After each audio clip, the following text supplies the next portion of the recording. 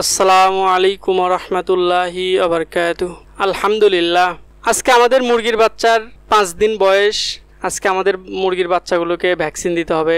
সকালে ফজরের নামাজ পড়ে তারপরের দিন একটু পরিষ্কার হওয়ার পরে আমরা আমাদের মুরগির ঘর খুলে নিই।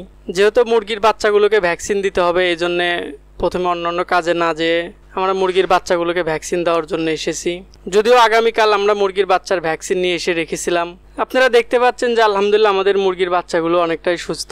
আমরা আজকে আমাদের টাইগার মুরগির বাচ্চার প্রথম ডোজ ভ্যাকসিন দিয়ে দেব। এটা মূলত রানীক্ষেতের ভ্যাকসিন, এটা অবশ্যই দিতে হয়। ভ্যাকসিন দিতে যে জিনিসগুলো প্রয়োজন হয়, একটি হচ্ছে বিশুদ্ধ পানি। আপনারা চাইলে পানি গরম করে ঠান্ডা করেও দিতে পারেন। আমরা যেখান থেকে ভ্যাকসিন নিয়ে এসেছি তারা আমাদের ওই পানির বোতলটি দিয়েছেন, আর এটি মূলত আমাদের সে রানীক্ষেতের কাঙ্ক্ষিত ভ্যাকসিন। তারপরে নিয়ে এসেছি আমরা একটা সিরিঞ্জি। যেহেতু আমাদের 200 মুরগির ভ্যাকসিন দিয়েছে, সেক্ষেত্রে আমাদের পানিটাও একটু বেশি লাগবে। প্রথমে আমরা সিরিঞ্জির মাধ্যমে সেই বিশুদ্ধ পানি নিয়ে ভ্যাকসিনের মধ্যে দিয়ে দিই। তারপরে ভ্যাকসিনটি গলে গেলে আবার ওই পানির ভিতরে ছেড়ে দিয়ে কিছুক্ষণ ঝাঁকিয়ে নিই। এই ভ্যাকসিন মূলত মুরগির বাচ্চার চোখে দিতে হয়। যাদের বেশি মুরগি তারা তো আর এভাবে একটা একটা করে দেওয়া সম্ভব না, তারা অনেক সময় খাওয়ায় দেয়। বর্তমান সময় হারাম থেকে বাঁচা অনেকটাই কষ্টকর। হালাল পথে ইনকাম করতে কোনো লজ্জা শরম নেই। আমি এই মুরগির বাচ্চা নিয়ে আসার কারণে যতটুকু মানুষের আলোচনার সমালোচনার মুখে পড়েছি, তার থেকে বেশি সমালোচনা আমাকে শুনতে হয়েছে আমার চুলের জন্যে। আসলে লম্বা চুল নবীজির একটা সুন্নত। নবীজি যেরকমভাবে দাড়ি রেখেছিলেন সেরকমভাবে নবীজির চুলও রেখেছিলেন। সাহাবীদের বড় বড় চুল ছিল, তারা বড় বড় চুল নিয়ে যুদ্ধও করেছেন।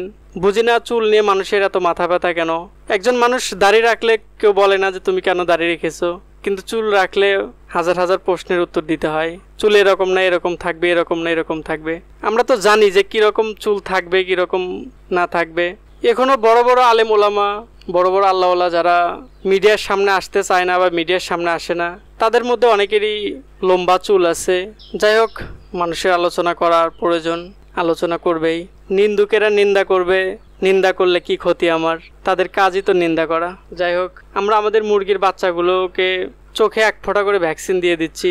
আপনারা অবশ্যই মনে রাখবেন যে যে চোখে ভ্যাকসিন দিচ্ছেন, পরে যে ভ্যাকসিনটি দেবেন সেটা অন্য চোখে দিতে হবে। এজন্যে মনে রাখার চেষ্টা করবেন যে কোন চোখে ভ্যাকসিন দিয়েছেন। যাই হোক, সবাই আমাদের জন্য দোয়া করবেন, আমাদের খামারের জন্য সবাই দোয়া করবেন। আল্লাহ তাআলা যেন আমাদের খামারের মধ্যে বরকত দান করেন। হাসবুনাল্লাহু ওয়া নি'মাল ওয়াকিল। বান্দার জন্য আল্লাহ তাআলা যথেষ্ট। আসসালামু আলাইকুম ওয়া রাহমাতুল্লাহি ওয়া বারাকাতুহু।